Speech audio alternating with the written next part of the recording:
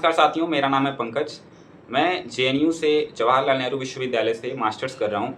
आज की इस वीडियो में बेसिकली हम बात करने वाले हैं उन एस्पिरेंट्स के बारे में, सीयूईटी एस्पिरेंट्स के बारे में जो अपनी प्रिपरेशन के दौरान कॉमन मिस्टेक्स करते हैं जिससे कि उनका सिलेक्शन रुक जाता है या यूँ कहिए कि उनका जो ड्रीम यूनिवर्सिटी होता है वो उनको नहीं मिल पाता है। सो लेट्स टॉक अबाउट कि क्या मिस्टेक्स, वो कॉमन गलतियाँ क्या होती हैं जो वो करते हैं, क्योंकि पहले जब तक हमको गलतियाँ मालूम नहीं होंगी तब तक हम सॉल्यूशन को आइडेंटिफाई नहीं कर पाएंगे। तो सबसे पहले हम गलतियों को देखते हैं कि कौन सी ऐसी कॉमन मिस्टेक्स होते हैं जो कि अक्सर जो है वो एस्पिरेंट्स के द्वारा की जाती हैं। तो सबसे पहला जो मैंने नोटिस करा है और जितने भी मेरे जूनियर्स भी आए या फिर मैंने भी जो नोटिस करा अपने दोस्तों के बीच रह के, वो ये है कि बहुत सारे ऐसे एस्पिरेंट्स होते हैं जो अपना सिलेबस ही नहीं कवर करते हैं, मतलब कंप्लीट सिलेबस जो है वो कवर नहीं करते हैं, जो कि सबसे बड़ी गलती है। क्योंकि आपके पेपर में जो है सारे क्वेश्चंस जो आते हैं वो पूरे सिलेबस से आते हैं, ना कि किसी पर्टिकुलर पोर्शन से। ठीक है, तो इस पे बात करेंगे, लेकिन पहले प्रॉब्लम्स को आइडेंटिफाई करते हैं। तो सबसे पहला जो गलती होता है वो होता है सिलेबस को कंप्लीट ना करना।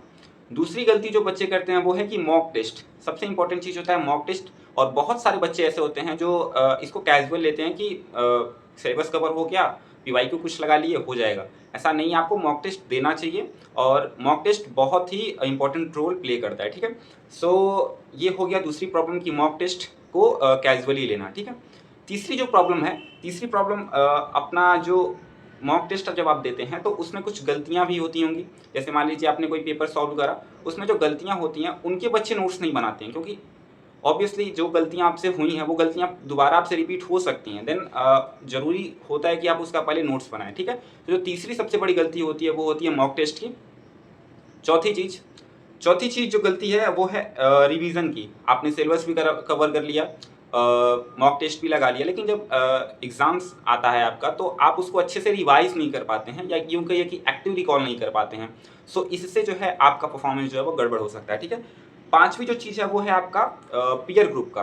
बहुत सारे बच्चे सोचते हैं कि हम इंडिविजुअली तैयारी कर लेंगे, लेकिन ये प्रॉब्लम आती है क्योंकि आपको बिना डिस्कशंस के बहुत सारी चीज़ें होती हैं जो डिस्कशन से क्लियर हो जाती हैं। तो ये जो पीयर ग्रुप स्टडी है वो बच्चे नहीं बना पाते हैं अपना, तो ये एक गलती होती है।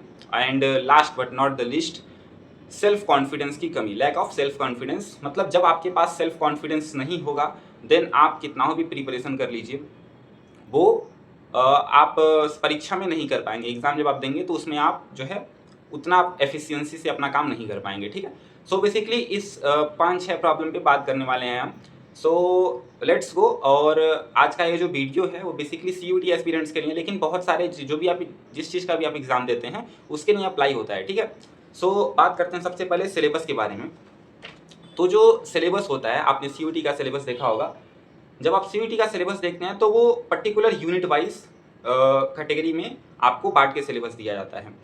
तो इसके लिए आपको क्या करना होता है, सिलेबस कवर करने से पहले आपको पीवाईक्यूज देखने होते हैं। मतलब जो भी आपने 3-4 पहले के जो पीवाईक्यूज होते हैं, 3-4 साल पहले के जो पीवाईक्यूज हैं, उनका ट्रेंड देखिए कि किस यूनिट से कितने सारे क्वेश्चंस आ रहे हैं, उसके अकॉर्डिंग आप हर यूनिट को प्रीफरेंस दीजिए। ऐसा बिल्कुल मत करिए कि जब जो भी यूनिट मन किया उसको उठा के पढ़ें, उसके बाद फिर जो नहीं मन किया उसको छोड़ दिए। तो ऐसा नहीं होना चाहिए। दूसरी चीज़, जब भी आप अपना सिलेबस पढ़ें, जब भी आप अपना सिलेबस को कवर कर रहे हो, तो ये श्योर करें कि आपका जो सोर्स है, रिसोर्स जो है, जो भी आपका नोट्स है या फिर जो भी आप ये क्वेश्चन सॉल्व कर रहे हैं, वो ऑथेंटिक सोर्स से हो। ठीक है, नहीं तो बहुत सारे ऐसे भी सोर्स हैं जो कि गलत इन्फॉर्मेशन आपके अंदर फीड कर देंगे, देन आप एग्जाम में फिर वो गलत करके आएंगे। सो कोशिश करें कि सिलेबस कवर करते टाइम सोर्स अपना ऑथेंटिक रखें। दूसरी चीज़ सोर्स सिलेबस में ही ये है कि आप एनसीईआरटी को इग्नोर मत करें, क्योंकि एनसीईआरटी ऐसा कोर है जहाँ से बहुत सारे क्वेश्चन पूछे जाते हैं, डायरेक्ट क्वेश्चन पूछे जाते हैं।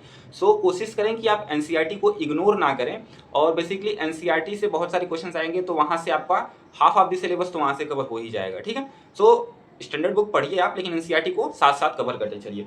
तीसरी जो चीज़ है, सिलेबस में ही, सिलेबस कवरेज में ही आपको, आप सिलेबस जब भी आप कवर करें तो उसमें आपको चार्ट, टेबल और डायग्राम, इन सब चीज़ों का प्रयोग ज़्यादा करना चाहिए, क्योंकि ये ऐसी चीज़ें हैं जिससे आपको आधी सिलेबस अपने आप ऐसे ही ख़त्म हो जाएंगी। कि जैसे मान लो आपने किसी टॉपिक को पढ़ा और उसको एक टेबल फॉर्म में बना लिया, या फिर किसी टॉपिक को पढ़ा उसको चार्ट फॉर्म में बना लिया, ताकि आपको जब आप उसको रिवाइज करें तो आपको कम टाइम लगे, या फिर ये कह सकते हैं कि जब आप उसको एक बार देखें तो आपको सारी चीज़ें फिर से रिकॉल हो जाएं। ठीक है, तो जब भी आप सिलेबस कवर करें तो कोशिश करें कि अपने मन से वो डायग्राम बना लें, टेबल बना लें, जैसे भी आप कर पाएँ उसको, ठीक है। तो मोस्ट ऑफ द सिलेबस तो आपका ऐसे कवर हो जाएगा, ठीक है।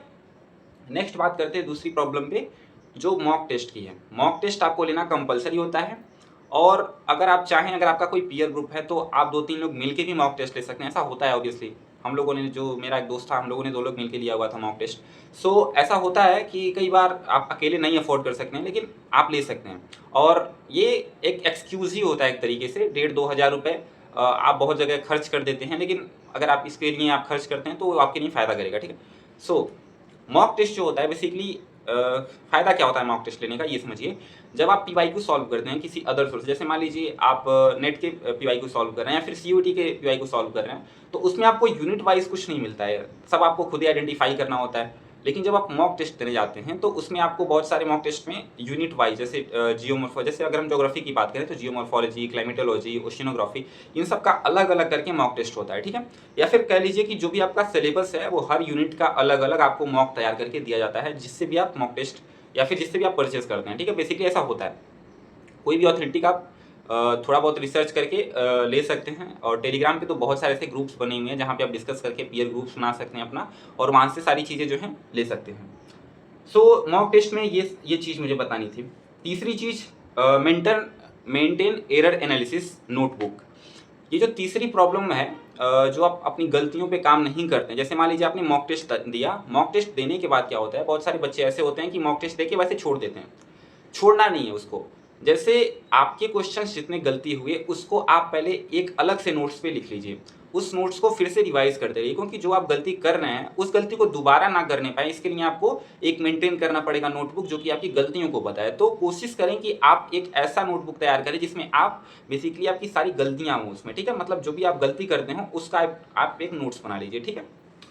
नेक्स्ट हम बात करने वाले हैं एक्टिव रिकॉल की, रिवीजन। एक्टिव रिकॉल बेसिकली क्या होता है कि आपने कोई टॉपिक पढ़ा या फिर कोई क्वेश्चन सॉल्व करा, कंसेप्ट पढ़ा कोई, उसके बाद जब आप सोने जाएँ या फिर जब भी आप फ्री हों, तो उस कंसेप्ट को, उस पीवाईक्यूज़ को, या फिर कह सकते हैं उस टॉपिक को आप मन में अपने उसका एक चार्ट बनाएँ, या फिर कह सकते हैं बिना पेन पेपर के आप उसको रिकॉल करिए, रिकॉल करने की कोशिश करें कि क्या हो सकता था, क्या था, मतलब टॉपिक क्या हमने पढ़ा था। तो ऐसे क्या होता है, इसको कहते हैं एक्टिव रिकॉल। मतलब आप बिना पेन पेपर के आप अपनी चीज़, अपने दिमाग में उस चीज़ को फिर से बार-बार जो है रिवाइज़ कर रहे हैं। तो ये जो टेक्निक होता है वो most of the student miss कर देते हैं। अगर आप ये टेक्निक यूज़ करते हैं देन आप बहुत, मतलब ये समझिए कि 80 टू 90% बच्चों से अपने आप ऊपर चले जाते हैं, जो कि ये बहुत सारे बच्चे मेहनत नहीं करना चाहते हैं, ठीक है? ऑब्वियसली कि कॉपी किताब लेके तो सब पढ़ते हैं, लेकिन अगर आप बिना पेन और पेपर के भी अगर आप अपने दिमाग में कंसेप्ट को रिवाइज़ कर पा रहे हैं देन ये एक बहुत, मतलब ये समझिए कि आपका सिलेक्शन आराम से हो जाएगा, ठीक है। नेक्स्ट जो हम बात करने वाले हैं, पीयर स्टडी ग्रुप। हाँ, जो 5वां प्रॉब्लम मैंने आपको बताया था कि लोग ऐसा करते हैं कि इंडिविजुअली हो जाते हैं, इंडिविजुअल हो जाते हैं कि मुझे तैयारी करनी है तो मैं अपने दोस्त से नहीं बताऊंगा या फिर उस रिसोर्स शेयर नहीं करूंगा। मत करिए ऐसा, क्योंकि जो कंपटीशन होना चाहिए, दोस्त से अपने कंपटीशन होना चाहिए, या फिर जो भी आपके पीयर ग्रुप्स हैं उसमें कंपटीशन होना चाहिए, लेकिन पॉजिटिव वे में होना चाहिए। रिसोर्स शेयर करने से वो ऐसा कुछ नहीं होने वाला कि आपका नहीं होगा उसका हो जाएगा। बेसिकली क्या होता है पीयर ग्रुप का फ़ायदा, जब आप किसी टॉपिक को तैयार करते हैं देन आप उस टॉपिक को जब आप रिवाइज़ करना चाहें तो आप डिस्कशन से आप उसको रिवाइज़ कर सकते हैं, या फिर जो चीज़ें आपको नहीं समझ आ पाई हों वो आपका दोस्त हो सकता है आपसे बेहतर समझ के और आपको समझा दे, ऐसा होता है। और ये चीज़ आपको जीवन में बहुत आगे ले जाएगी, जब आप दूसरों की हेल्प करेंगे ऑब्वियसली आपकी भी हेल्प हो ही जाएगी, ठीक है। देन पीयर ग्रुप का जो महत्व है, बहुत बहुत महत्व है पीयर ग्रुप का, सो इस पे आप फोकस करें, ठीक है। उसके बाद आई थिंक सेल्फ कॉन्फिडेंस, हाँ, लैक ऑफ सेल्फ कॉन्फिडेंस। मैं आपको बताऊं, मेरा जो सिलेक्शन है जेएनयू में वो बस सेल्फ कॉन्फिडेंस के दम पे हुआ। मतलब ऑब्वियसली तैयारी तो हर बच्चा करता ही है, मैंने भी करा था तैयारी, लेकिन जो सेल्फ कॉन्फिडेंस है वो आपका सिलेक्शन, जब जिस भी आप ड्रीम यूनिवर्सिटी में जाना चाहते हैं आप, उसमें आपका सिलेक्शन करवाएगा। क्योंकि बहुत सारे बच्चों के अंदर ये आत्मविश्वास ही नहीं होता कि वहाँ पे पहुँच सकते हैं, ठीक है। तो ये चीज़ पहले आपको अपने दिमाग से निकालनी होगी कि आप ये नहीं कर सकते या फिर ये कर सकते हैं, ये कोई क्राइटेरिया नहीं है, आप कुछ भी कर सकते हैं। फिलहाल आपका जो माइंडसेट है वो स्ट्रांग होना चाहिए। तो जो सेल्फ कॉन्फिडेंस है वो होना चाहिए कि अगर मैं ये चीज़ कर रहा हूँ तो मुझसे हो जाएगा। और ये एक तरह से कहिए तो आप किसी पेपर पे लिख के आप अपने स्टडी टेबल के सामने उसको चिपका भी सकते हैं, ताकि वो चीज़ें आपको बार बार दिमाग पे क्लिक करती रहें। सो सेल्फ कॉन्फिडेंस जो है वो बहुत ज़रूरी है प्रिपरेशन के दौरान। और मैं ये भी कहना चाहूँगा कि अभी मुश्किल से 5-6 महीना भी यूजी के लिए और 3-4 महीने अभी पीजी के लिए बचे हुए हैं। सो आप कोशिश करें कि जो भी मैंने कॉमन मिस्टेक्स बताएँ वो मिस्टेक्स आप ना करें और बाकी जो आपकी प्रिपरेशन है वो अच्छे तरीके से चल रही होगी आई होप। सो अगर कोई प्रॉब्लम हो और किसी भी तरीके का अगर कोई डाउट हो तो आप कमेंट बॉक्स में पूछ सकते हैं और किस टॉपिक पे आप नेक्स्ट वीडियो चाहते हैं वो भी आप कमेंट बॉक्स में बता सकते हैं। फिलहाल इस वीडियो में बस इतना ही और मिलते हैं नेक्स्ट वीडियो में, तब तक के लिए अपना ख्याल रखें। धन्यवाद।